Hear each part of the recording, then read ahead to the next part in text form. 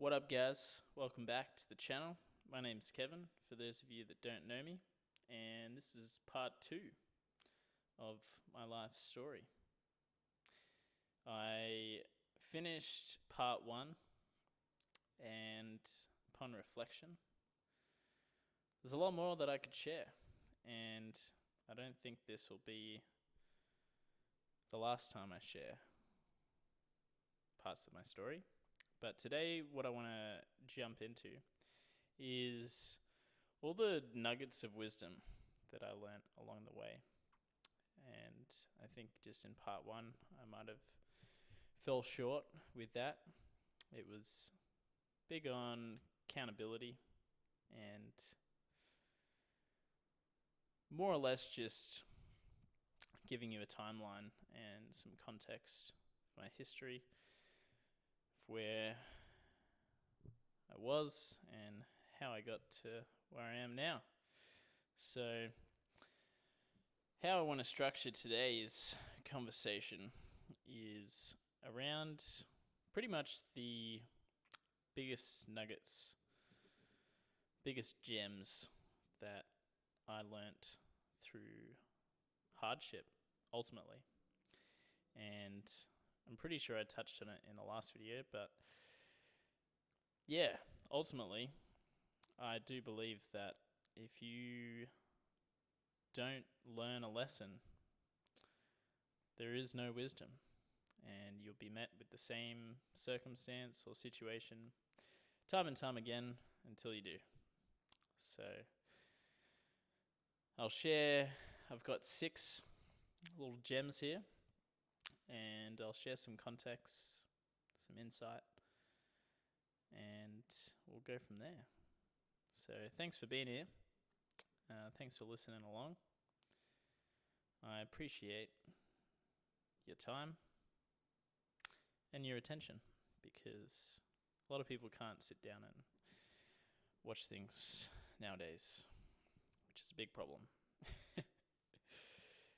But anyway, number 1, everything in your life is a result of your decisions. Now, what I mean by this is, if you're going to take accountability for your life, you need to recognize that everything in your life up until this moment is created by you from a series of decisions that you made, whether you like it or not. And the only way to change our circumstance is to recognize this and then choose differently. So, for me, this was the turning point, and I still come back to this. It's still in my awareness, because ultimately, nothing changes if nothing changes. That's one of my favorite sayings. But ultimately, yeah, for me, it really took me realizing that everything in my life, all of the hardship, the turmoil, kind of compounded from me not really taking ownership for my part to play. So that's number 1. And maybe I'll invite you to look at your own life and the decisions that you've made yourself. Now, number 2 might seem a little bit paradoxical, but any decision is better than indecision. And as much as we're accountable for our lives and all of the decisions that we make, making a decision is always going to be better than not making a decision at all. Because what happens when we make a wrong decision is we usually get an insight. We learn a lesson, we gain wisdom and insight, and then we can make a much better decision or series of decisions. So don't sit in the mud, guys. That's one of the one of the biggest ones that I've taken away. Number 3, if you neglect the body, it will scream for your attention sooner or later. Now, for me, this came in the form of eczema. My nervous system was in overdrive. I pretty much had no energy, was fatigued, and I really just felt like I was deteriorating. And if you look in the world today, there's a lot of that happening. And I think what I would add to that is pretty much any symptom that you have in your body, whether it be low energy, headaches, bloating, the list goes on. It's pretty much endless, you know. But any symptom that you're experiencing is an indication that something internally needs to change or shift. And sometimes this can be a perspective, or sometimes it might need to be an emotional release. So in my case, it was letting go of the story that I was a victim. And in that came liberation. I was able to make a series of new decisions, and the symptoms dissipated. So here we are now, healthy, vibrant, vital, smooth skin. But it did take me a while to figure that one out. And it really was just a result of years and years of drinking, smoking cigarettes, eating really shitty food, and not being in the best environment, externally and internally. So, that was number 3. Number 4, which blends into this one quite nicely, the previous one quite nicely. What you resist persists. So, whatever you're resisting in your life, it will continue to show up until it's addressed. And this can come in the form of relationship dynamics, can come in the form of self-talk, can come in the form of self-image, judgment. Again, the list goes on. But whatever it is for you, again, I invite you to ask the question, what are you resisting? And in doing so, it doesn't need to persist. For me, I guess this came out in a number of ways. But it was primarily a lot of the things that I was avoiding in my life, a lot of the discomfort. And within that, there was sort of like an inability to make new decisions. And really, I was just hit with scenario after scenario until I learnt that lesson. And it's something I'm very conscious of now.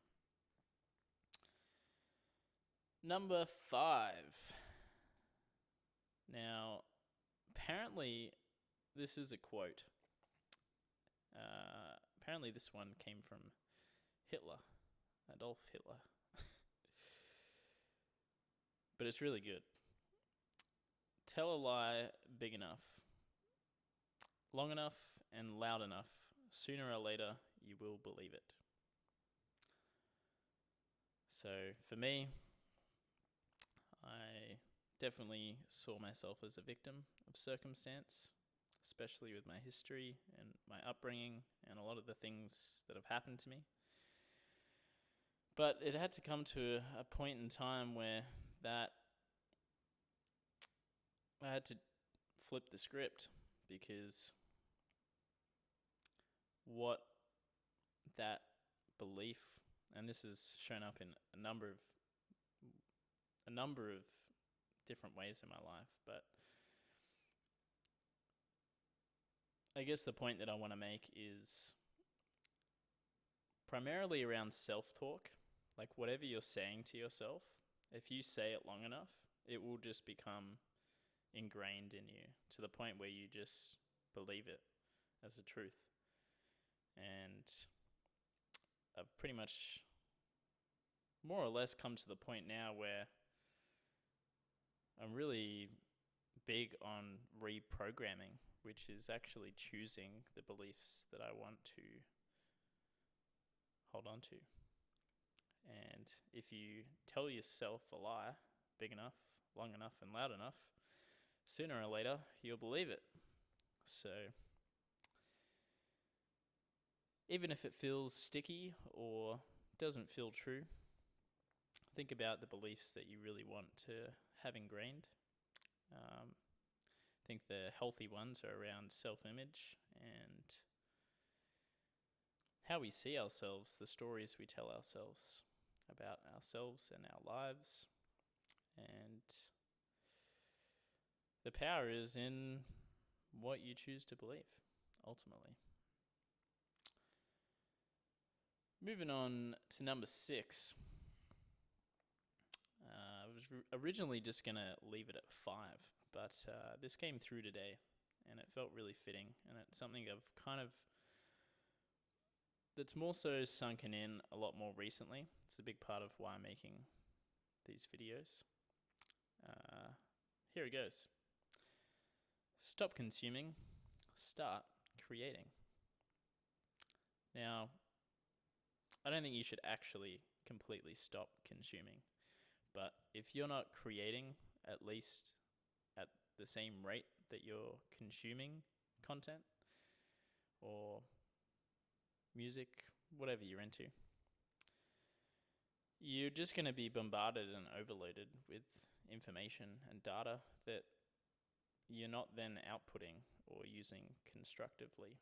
And this can often make us feel just overwhelmed and overburdened, and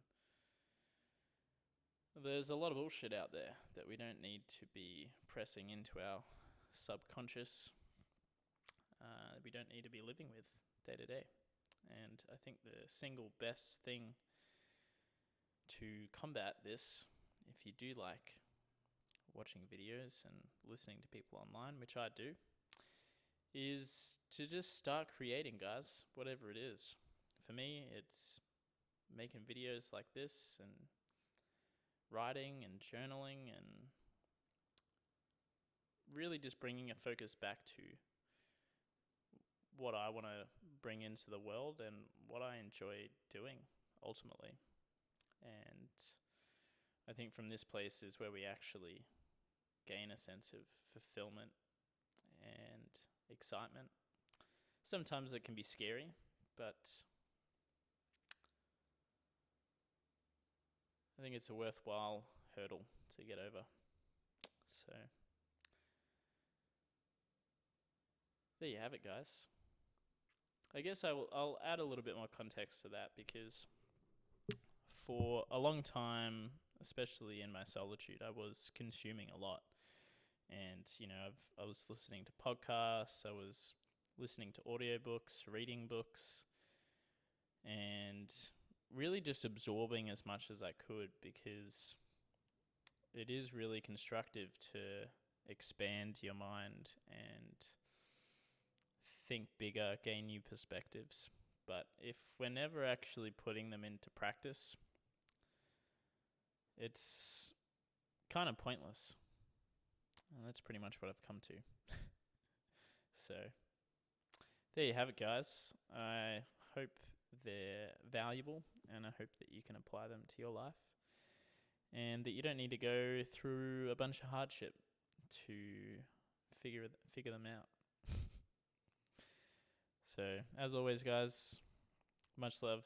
Thanks for being here, and see you in the next one. Peace.